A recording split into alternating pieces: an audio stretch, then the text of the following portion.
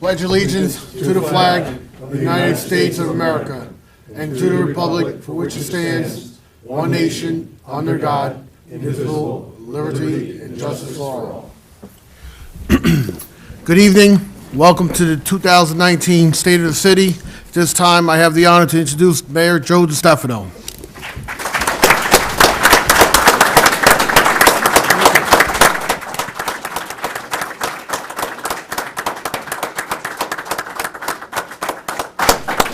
Thank you so much. And, welcome Common Council President Miguel Rodriguez, members of the Common Council, city department heads and employees, friends, family, and those viewing on social media and Channel 20. We also have some visiting elected officials here. Maria Ingracia, representing Congressman Maloney's office, is here, and Max Cordella, representing Senator Metzger's office. We also have our county legislator, Joel Sierra, somewhere in the crowd there. Welcome all.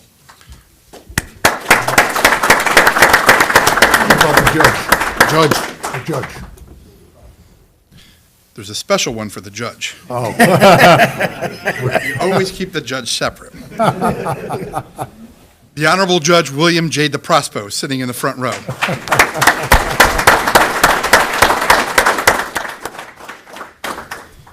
You are here because, like me, you care about our city, our community, and the people that live and work here. I am honored that you have chosen to be part of the annual State of the City presentation. Let me begin by thanking my wife, Linda, who is here. Please stand up, Linda.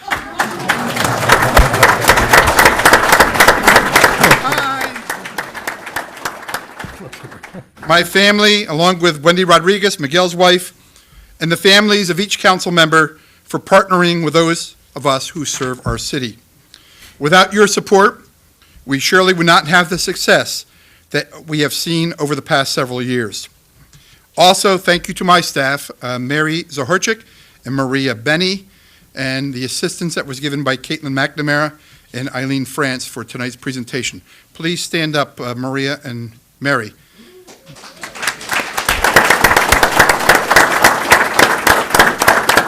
Mary, please stand up. I'm sorry. Throughout this year, and in fact, the past several years, the Council, under the guidance of President Rodriguez, has demonstrated leadership, vision, and a commitment of time and resources to move our city forward. We have worked as a team to improve our city, to make Middletown an even better place to live, work, and play.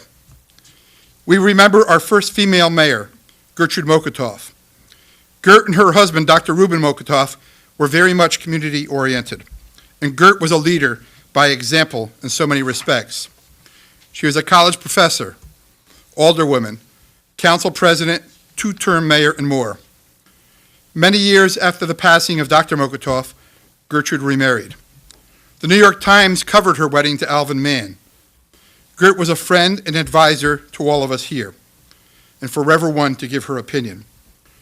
Gertrude was 98 at her wedding to Alvin a few years back, and passed away in October of 2018 at the age of 100. We thank Gertrude Mokotov for her years of service to the city of Middletown. I would also like to thank retired Senator John Bonisic for his many years of service in Albany, representing the city of Middletown, and commend him for a job well done. Without Senator Bonisic, this region would have never seen the development of a casino, water park, and resort hotels in Sullivan County that have created opportunities for the entire region. Before I discuss the annual report review, it is important to address two issues that have impacted our city and society as a whole: domestic violence and illegal drugs. Earlier this year, our community had two tragic homicides, both related to domestic violence. 2 lives were lost, 2 wives, both at the hands of husbands who at one point were involved in law enforcement. The issue of domestic violence permeates all through society, and we are not immune to it.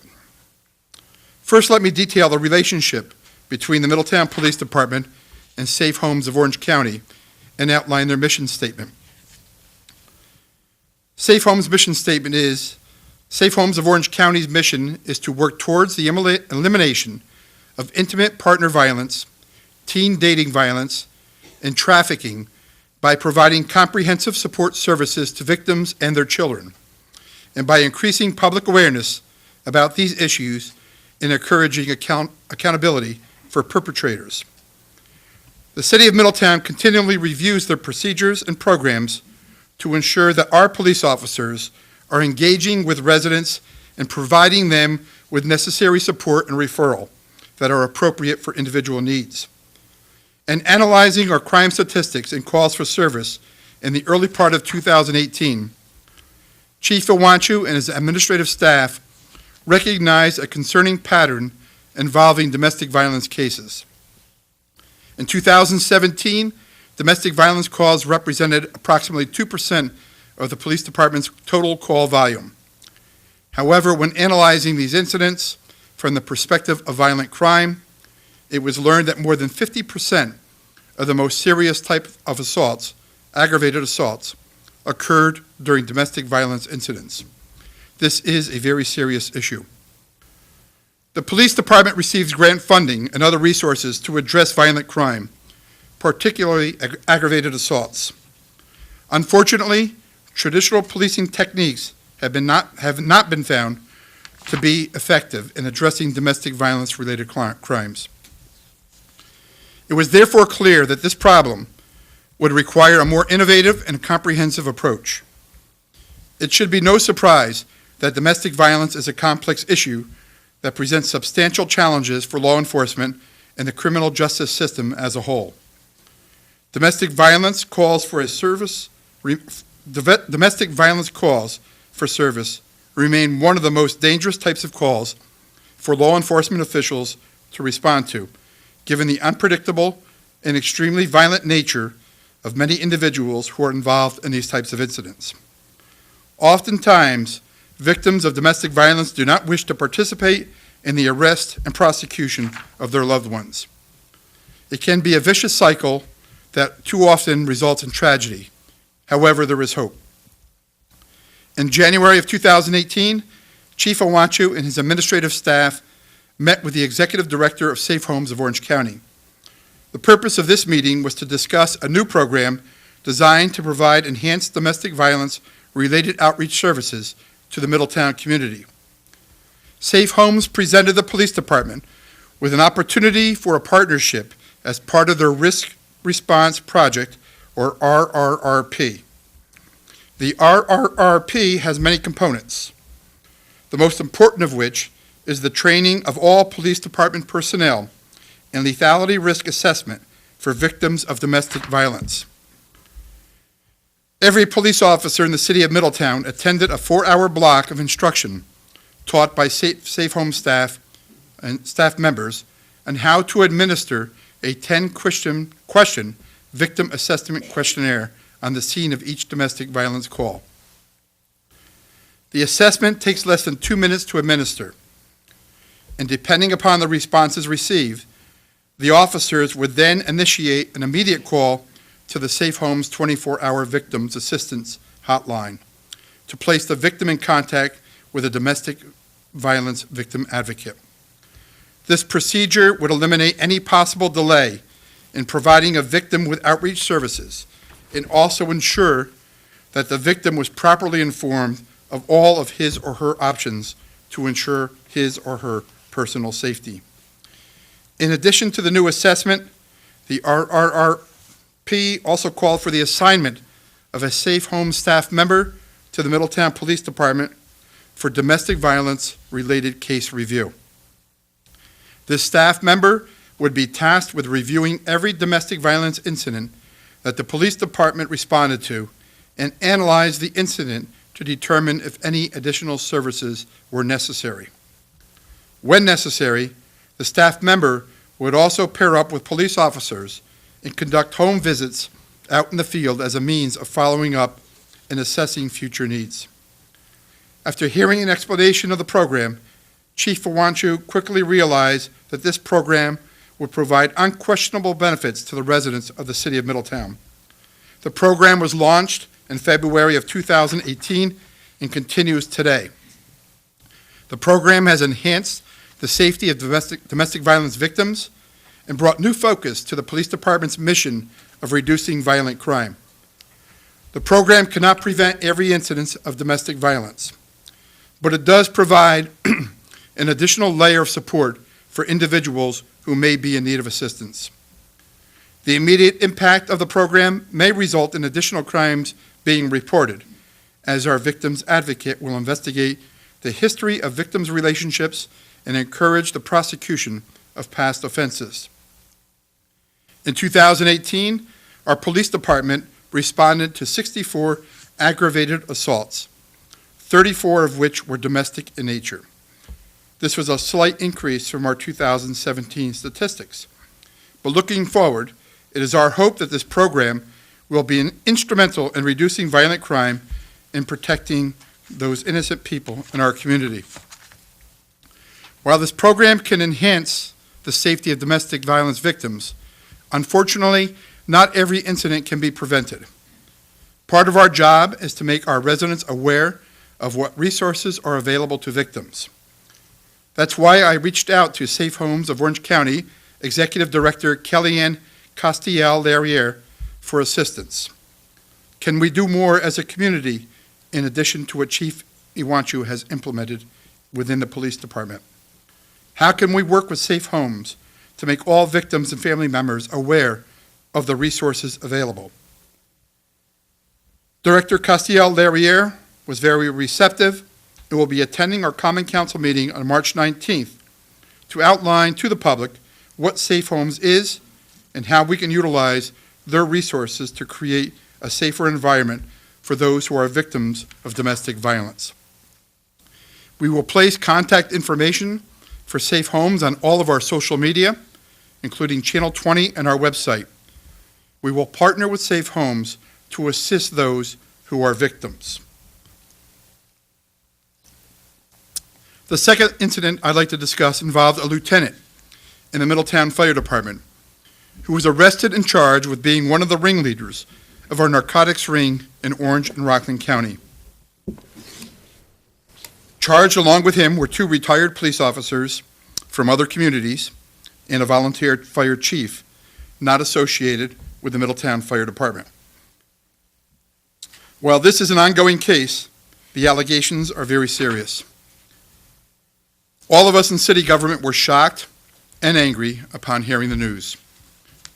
We still are troubled as to how a fire lieutenant sworn to save lives allegedly became involved in the selling of drugs like fentanyl that have taken so many lives and destroyed so many people and families. One issue I raised with the local media is that the headlines were very misleading. Only 1 Middletown fireman was involved in this incident, not 29. I understand the response from some when they believe that it was 29 Middletown firemen operating out of a city firehouse. That's just not true. However, it does not change the seriousness of the situation. Lieutenant Smith has been suspended without pay, and the city of Middletown is seeking dismissal from service based upon certain acts, including the criminal acts charged by the New York State Police. We are taking additional security and accountability measures within each of the city firehouses to ensure that these symbols of valor, the firehouses, remain just that. It will not be used in this manner again. It's sad, but necessary. The Middletown Fire Department has served the city for 160 years. Many lives have been saved by the men and women of the department, both the paid department and volunteers. The history of courageous acts is well documented. They are sworn to protect and serve, and they do. They are Middletown's bravest. I have invited Chief Lewis, his assistant chiefs, Nick Barber, Robert Brady, Randy McLean, along with members of the IAFF Local 1027 of the Paid Firefighters Union, led by President Mike Demchek, to join us this evening. And I ask them to please stand if you're a Middletown fireman in a volunteer or paid capacity. Please stand up.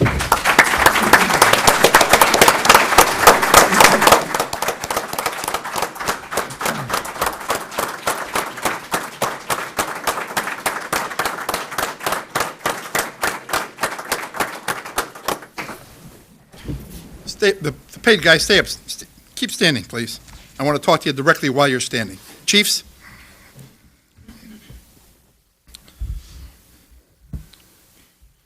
The Middletown Fire Department responded to 1,006 fire and emergency calls in 2018, 37 of them outside the city limits.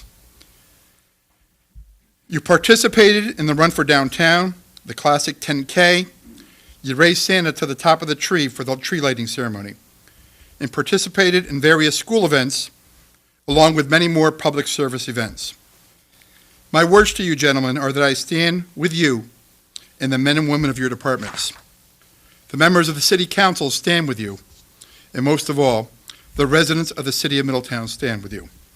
You have displayed over and over again, courage, dedication, and service to our city.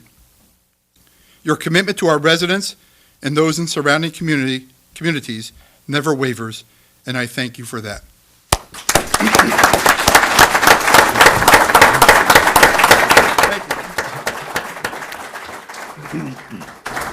Told them to stand back up. They didn't want to sit down again.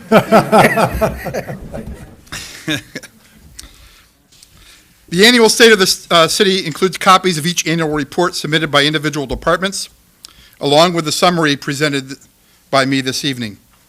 I will begin with the Assessor's Office. Let me begin by thanking Bonnie Bernaski for her 21 years of service to our city, 17 of them as the city assessor. Bonnie brought with her into that office many positive changes, and we wish Bonnie and her husband Butch many years of happiness in her retirement. Our new assessor is Mary Ann Feely.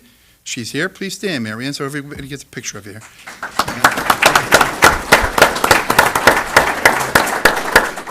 Although on the job just a couple of months, Mary Ann is doing a wonderful job, and she is a local Orange County person. Many of you might know her from her dad, Judge Owen, and she's absolutely doing a fantastic job for us. In the area of finance, City Treasurer Don Paris continues to manage the city finances with great results. The annual audit and management letter were completed on time with no negative comments. We are rebuilding our city, and we're doing it in a way that allowed us to meet for 8 straight years the New York State 2% or under property tax cap. Don has begun the process of raising the city bond rating and is working with Moody's to raise it from the current A1 to the next level of AA3. Nice job, Don, and thank you for your service. The Office of Civil Service.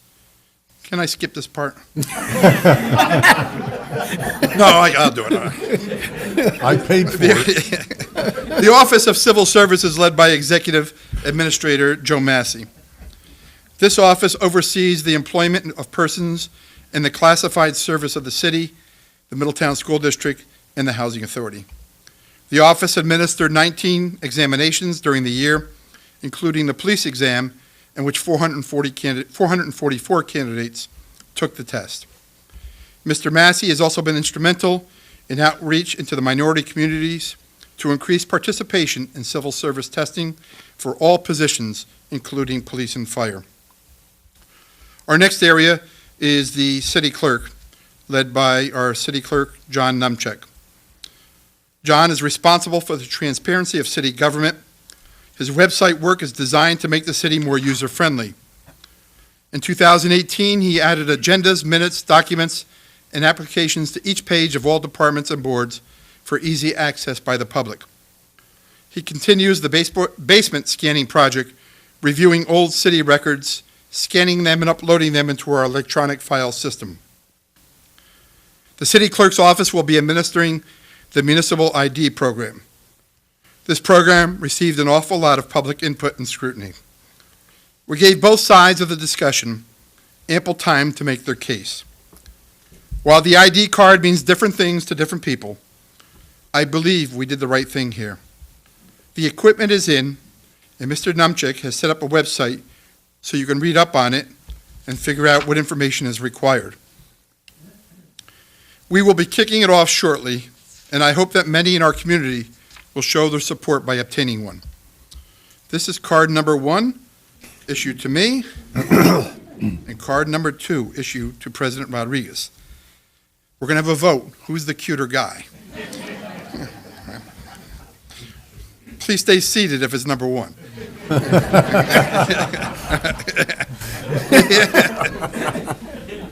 Our city continues to lead the region in the area of services provided to seniors. The Mulberry House Senior Center is the place to be, where seniors 55 years of age and older may find purpose and opportunities to be active in our Middletown community. Registration of members is up 3% for a total of 2,739 seniors. This includes shuttle bus and center usage. In 2018, the city purchased a new shuttle bus, and we had over 6,000 riders.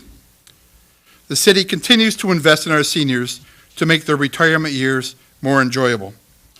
We thank the dozens of volunteers for the many programs operated out of this center, along with the senior center staff led by Julissa Sierra.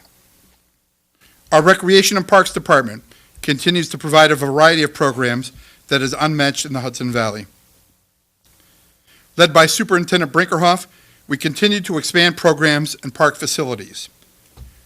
Superintendent Brinkerhoff has implemented a very convenient online registration program in conjunction with the Treasurer's Office that will enable you to sign your kids up and pay via credit card without having to make a trip to the recreation center. A big convenience. In regards to park facilities, we began the expansion of Davidge Park with 2 key acquisitions: 50 acres of property towards and across Ingracia Road, and 25 acres off of Monhagan Avenue. Both properties are currently under design and development, with Monhagan Avenue Park area is set to become a football field, 2 practice fields, a 5-lane walking track, and connections to both the Heritage Trail and the main section of Davidge Park. This was accomplished with grant money from Senator Bonisic and Assemblywoman Gunther, who has been so helpful to our city, along with also city funds that have matched these grants. When complete, the total project cost will be in the area of $800,000. This project is almost ready to go out to bid. Our newest major recreational and quality of life project that began in 2018 and should be completed this summer is the Water Supply Lands Access and Use Plan. Our goal is to develop a unique but single-purpose community asset, the City of Middletown's watershed lands and reservoirs, into a multi-purpose recreational area.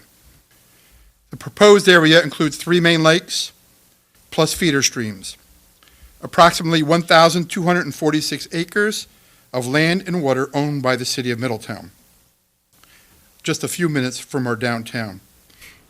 It contains several miles of maintained roads and established paths throughout the woods. These areas appear to be suitable for hiking, mountain biking, road biking, along with cross-country skiing. To conduct the feasibility analysis, we have retained the Trust for Public Land, New York State Director Carter Strickland, who will be developing the final plan for implementation that will be approved by the Common Council. In October of 2018, they began holding key stakeholder meetings, preparing a recreational needs, trail, and facilities assessment. They are now conducting economic operations, maintenance, safety, and security analyses, while also preparing conceptual trail plans and budgets for presentation to the council sometime in April. This access will allow visitors and residents to enjoy the scenic beauty of the grounds while protecting natural resources and the city's water supply. This will include environmental and conservation education for our residents and students and visitors. Now onto the Heritage Trail. Jerry Kleiner, the Heritage Trail is going to happen. It is scheduled to be bid very shortly. I spoke with the county today to confirm some of the information. Mr. Brooks, the Director of Parks and Recreation, myself and Jacob will be going to Poughkeepsie tomorrow for what we hope is the final meeting with the DOT. Mr. Brooks has invited us to attend. We hope, and we've been advised, that construction will begin this year. While we develop these big-picture recreational goals, we will not ignore our existing neighborhood parks. Maple Hill will be completely refurbished with new equipment, walking trails, pond dredging, and more for this summer. Sprout Street, Bennett Hill, and Jerome Neal Parks are all scheduled for new equipment this year, along with additional improvements to the City Dog Park. Our goals moving forward include planning for improvements of Academy Avenue, Beatty Hill, and Paula Amcher Parks, along with construction of handball courts and the implementation of a lacrosse program. I urge you to review the annual report online for the numerous programs offered by the Middletown Recreation Department. I spoke earlier about the Middletown Police Department as it relates to the proactive measures it has taken to address the issue of domestic violence. Let me tell you more about the Middletown Police Department under the leadership of Chief John Owanchu. This is a dedicated group of men and women providing the highest level of law enforcement service possible. As Chief Owanchu stated in his report, he is humbled by the extraordinary commitment and devotion of his department and those that serve under him. As our community grows and expands, the chief has clearly stated that his department is well prepared and highly trained, that his officers will work tirelessly to protect and serve this great city for generations to come. Statistically, we continue to make advancements reducing crime. Overall reported crimes in the city decreased by 21% for 2018. Part 1 crimes, the more serious in nature, decreased by 17%, a substantial decrease of this most serious type crime. The agency completed the transition from uniform crime reporting to incident-based, which is used by the FBI. This may lead to short-term statistical increases. However, these are classification issues and not differences in reported crime.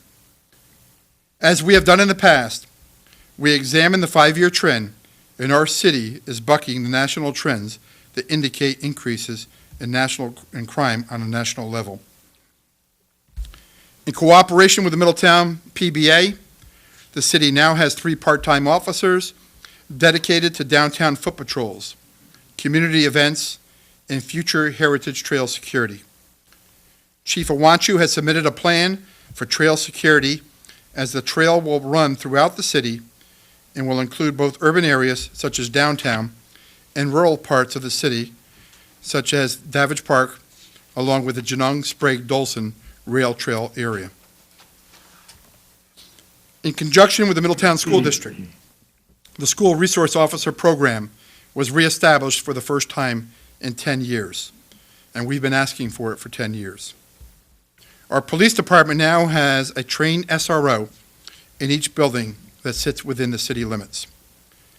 It is a sad commentary on society that nationwide we need police officers in our schools.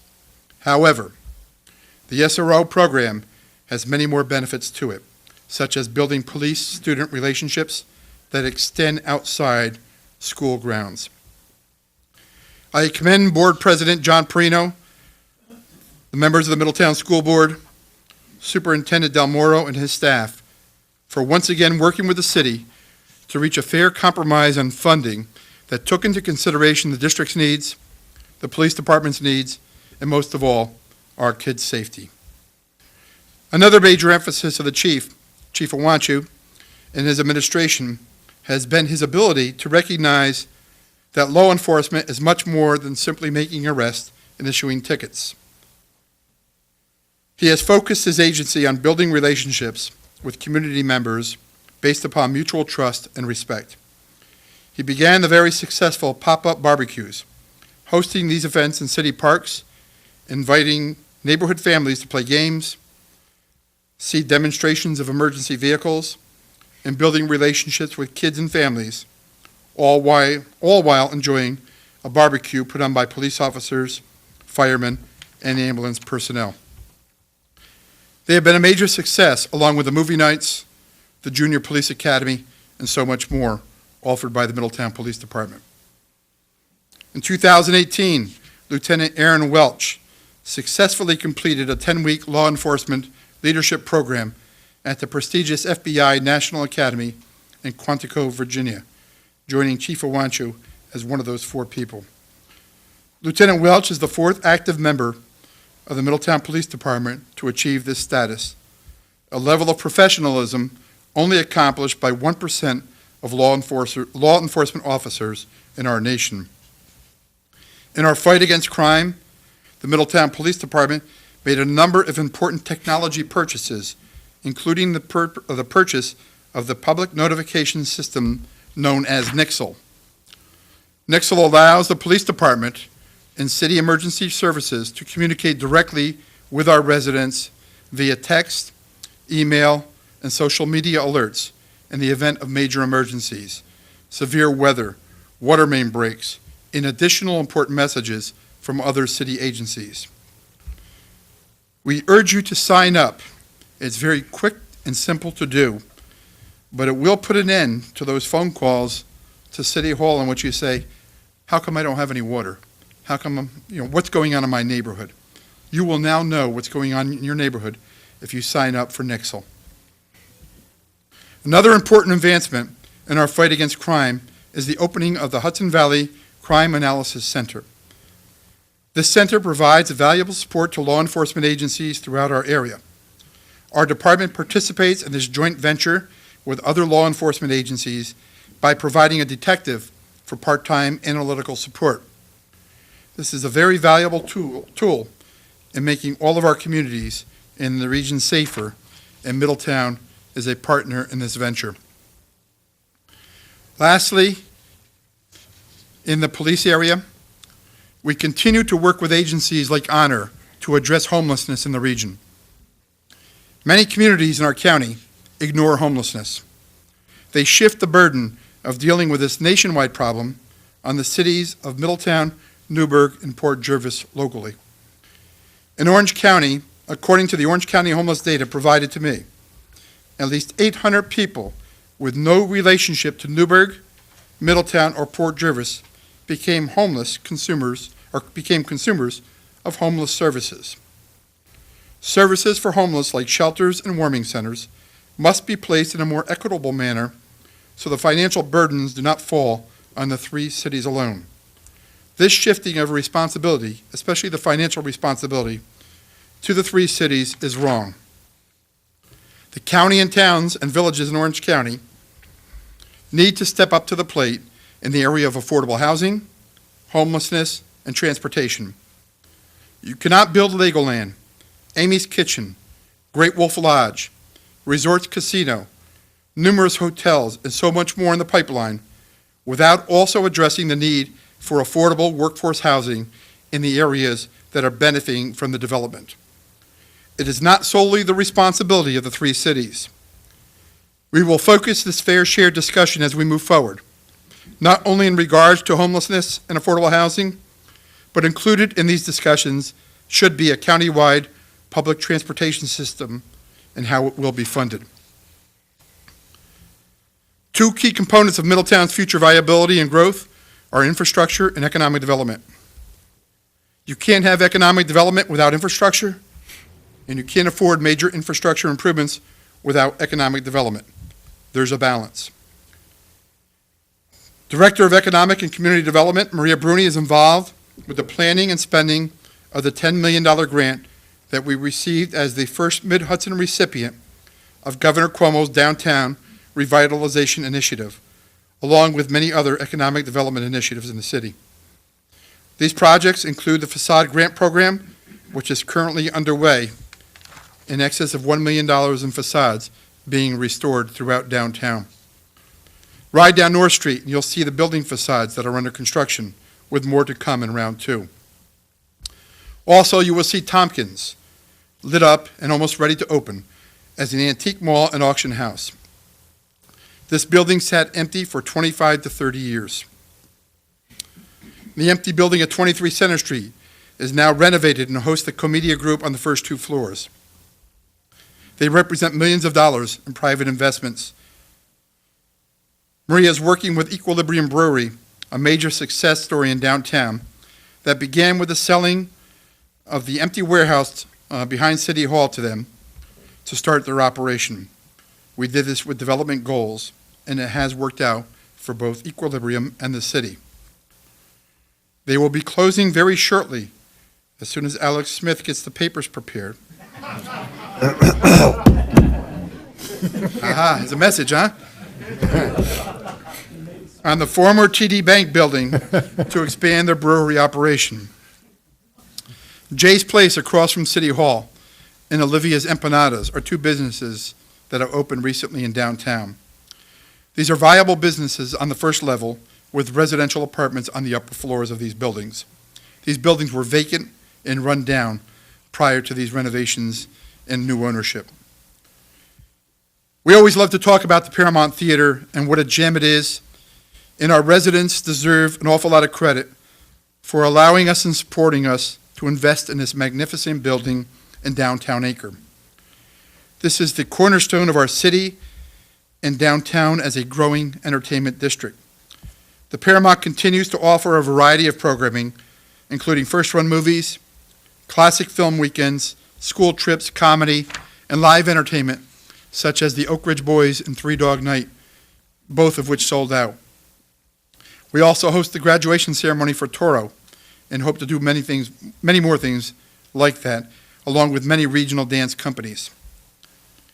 In partnership with the Downtown Business Improvement District, led by our veteran City Hall man, John Degden, the Paramount Theater Downtown Promotions welcomed over 55,000 people to a variety of events and performances in the downtown Middletown area.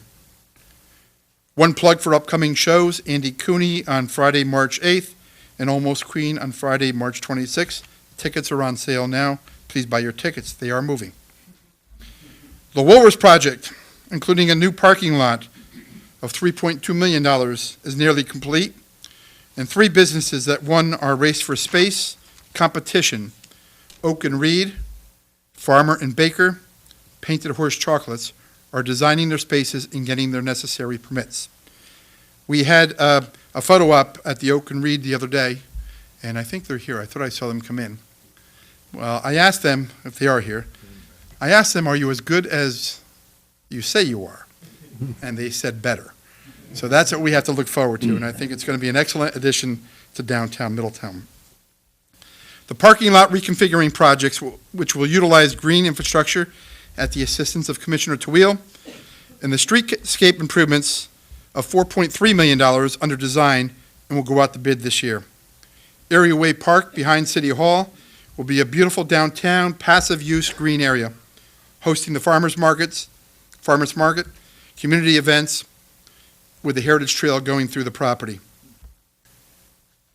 But we're not only about economic development in downtown. Under Maria Bruni, our home ownership program has completed 4 homes that are now occupied, with 2 or more under construction. Our program is a unique opportunity to own a refurbished home with significant grant monies available. We also administer the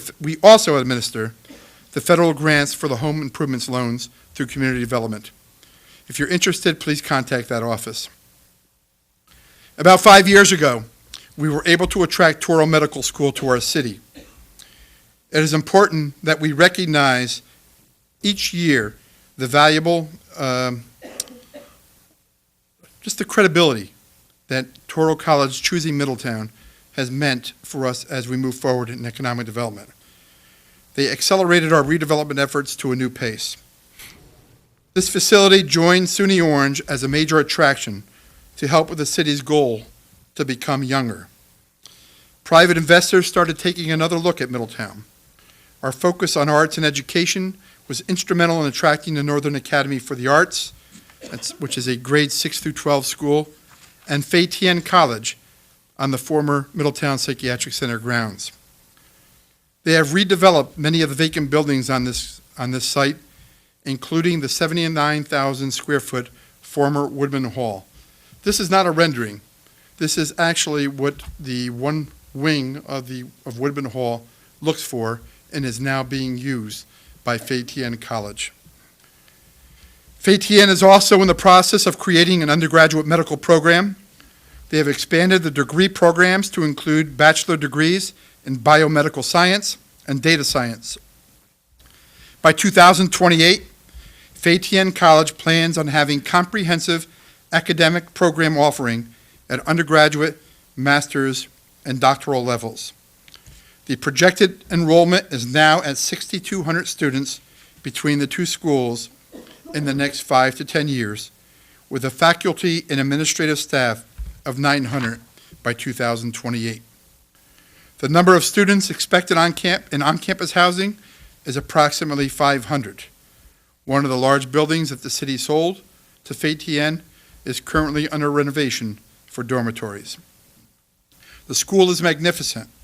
The students are impressive and come from all over the world and are very much involved in our community. What a tremendous asset to add to the educational opportunities in our city. I commend the council for joining me in this major redevelopment of this 230-acre campus. Without direct involvement by our city, the buildings would remain vacant, and the end result would have been what happened with this structure that was located in the middle of the property. As you can see, it totally burned down. The cleanup costs on this project are $1.4 million, of which we've received one grant of $500,000.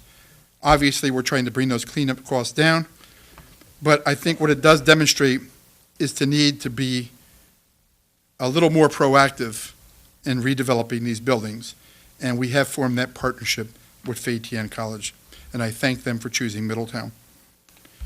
In addition to the schools on campus, the city has engaged Pattern for Progress, a local think tank, for planning and development of the remaining property.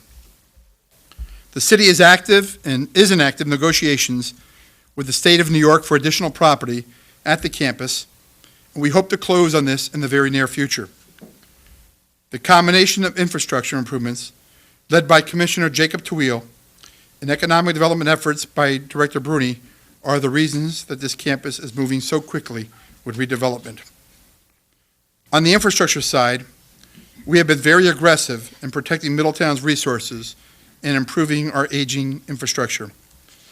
DPW Commissioner Jacob Tawil continues to oversee the investment, upgrading, and rebuilding of our water, sanitary, and storm sewers, our streets and parking lots.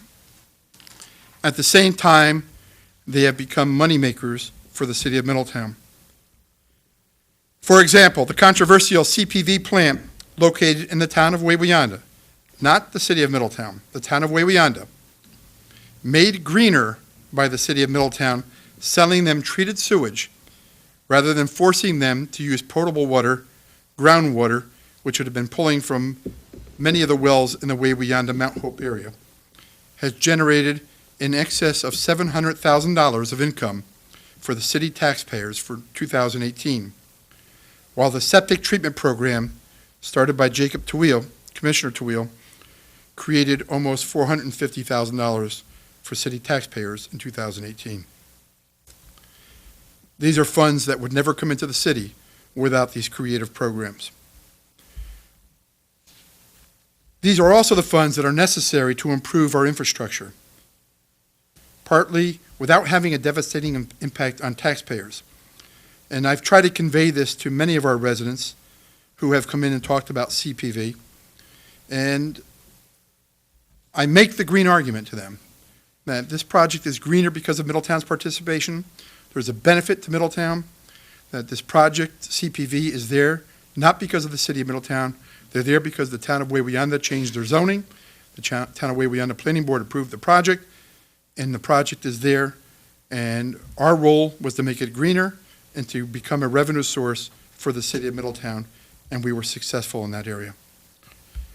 We continue to use and expand upon the use of renewable energy sources, such as the wastewater treatment plant, which generates methane gas to heat our plant digesters, and the use of solar energy panels at our water treatment plant.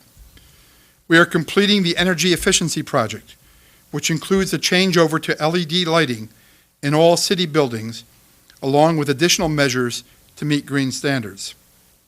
This project included new water meters with leak detection notification, new furnaces in city buildings, along with the city purchasing all of the streetlights owned by Orange and Rockland Utilities and converting them to LED. Many communities are now discussing doing this. We are near completion of this project.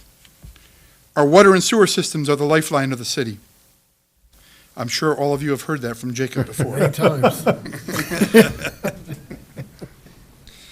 Commissioner Tawil is managing the rebuilding of our city from the pipes below the ground to the parking lots downtown. We are putting in new sidewalks in our commercial areas like Dawson Avenue, from Bennett Street, all the way down to County Route 78, along with other high-traffic foot areas like Wickham Avenue, Grove Street around Thrall Park, Railroad Avenue, and other parts of downtown. Included in this is Franklin Street, portion of Highland Avenue that goes towards West Main, between West Main and Wickham. And also, I believe I said Franklin Street coming down the hill. Almost every intersection with a traffic light throughout the city will be redesigned to be handicap accessible with ADA compliant pedestrian crossing signals. We are redesigning the Wickham Avenue, Highland Avenue intersection, eliminating the very dangerous Liberty Street extension while widening the intersection with turning lanes. This is a rendering of what's being proposed in that area. This, along with the advanced left turn signal at Lake and Wickham, will improve traffic flow tremendously along the Route 211 corridor. One major project, or probably the biggest project, that we'll be looking at for 2019 involves the city's recent purchase of 42 West Main Street with the intention of realigning the West Main Street, Canal Street, James Street intersection. We have been working with a prospective purchaser of the former Classy Leather Building and the Acme Bus Building on Fulton Street. I was advised by the broker today, and I believe they might have come in the room. I was advised by the broker today that the closing was taking place this morning. We are looking at major redevelopment projects at both sites. Along with this, we are now in the process of submitting a funding request to New York State under one of their many programs to build a parking structure at this site with first floor commercial space. We have a demand for commercial space downtown, believe it or not. We have a lower vacancy rate than the Galleria Mall. We are also addressing the growing need for residential parking downtown with several upper floor residential units proposed. We are also proposing to implement crossing safety devices at Oliver Avenue and Monhegan Avenue. This will be a main connection of the Heritage Trail and the MPC grounds to downtown and has developed increased foot traffic. With the Fay Tien Academy and Northern Academy for the Arts continuing to grow, including 500 dorms on premise, this will be a key part of pedestrian safety and speed control on Monhegan Avenue. This next picture is the roundabout. I can see they didn't do what I asked. I asked that Jacob's picture be superimposed on the roundabout. Right in the middle. Because we're going to put a monument to him there. But this was a long time coming and very controversial, especially during construction. A lot of confusion. There were a lot of problems underground that were unanticipated, and we understand there was a lot of major inconvenience for the people who use that road. But I believe the wait was well worth it. It's designed and is working properly, and I did witness Jacob almost getting hit by cars the first day that it opened. And so I think it's a great addition. It moves traffic. It's good for air pollution, reduces the carbon, and it's just a good move. I know some people still aren't happy with it, but it's here. So let's make the best of it. But it is doing what it's supposed to do. It's moving traffic and is working as designed. In the area of raw infrastructure, Commissioner Tawil and Deputy Commissioner Chris Gross are overseeing the upgrading of the Shawanga Dam, $2 million. Completing the Black Dirt Sewer, $4 million. The new screw pumps at wastewater treatment plant, $3 million. 24-inch and 12-inch high water pressure mains, construction began, $4 million. The water treatment plant, pump station, $3 million. 2 new water storage tanks. These aren't the new ones. This is what we're replacing. And believe it or not, it's $5 million to do 2 of these tanks. And I think one's smaller than that. So you know where your money's going. The West Main Street Drainage Project, $1.2 million. Maple Avenue Drainage, $1.5 million. Sterling Street Sewer Phase 2, $1.4 million. Lead pipe line replacement, $0.5 million. We continue to plan the development and future use of the Indigo water source to develop this water resource and make it available for the city of Middletown and our residents and the surrounding areas. This is a future source of major revenue and has positioned the city to be a major player as Orange County continues to develop. As a city with very old infrastructure buried under our roads, this is another funding source as we move forward to continue making the necessary improvements to keep our water, sewer, and storm systems operational and meeting the needs of our residents and the laws of the state of New York. The next project that's ongoing is the redesign of the Coach USA bus terminal and commuter lot. It is finally in front of the Common Council. This is a rendering of the lot. Assuming the subdivision is approved in early March, they have advised us that the project will be bid in April and possibly start construction in late April. This is part of the connectivity of all of our downtown projects attached to the Heritage Trail, along with some neighborhood attachments to the trail. These next 3 slides you will see. And just go slowly if you could, Eileen. We have in the books over $60 million in Middletown projects under construction, with over $30 million of that being grants secured in partnership with Governor Cuomo and to a certain extent Senator Bonisic and Assemblywoman Gunther. We are working with Congressman Maloney's office, exploring federal opportunities for funding now that he is a majority member of the House of Representatives. And we have already had the exploratory meetings with his staff, including Middletown's own Maria Ingracia, who is here with us tonight. In 2018, under the direction of Commissioner Tawil and Deputy Commissioner Mark Pengel, we milled and paved 6.1 miles of city streets. I think you get the picture.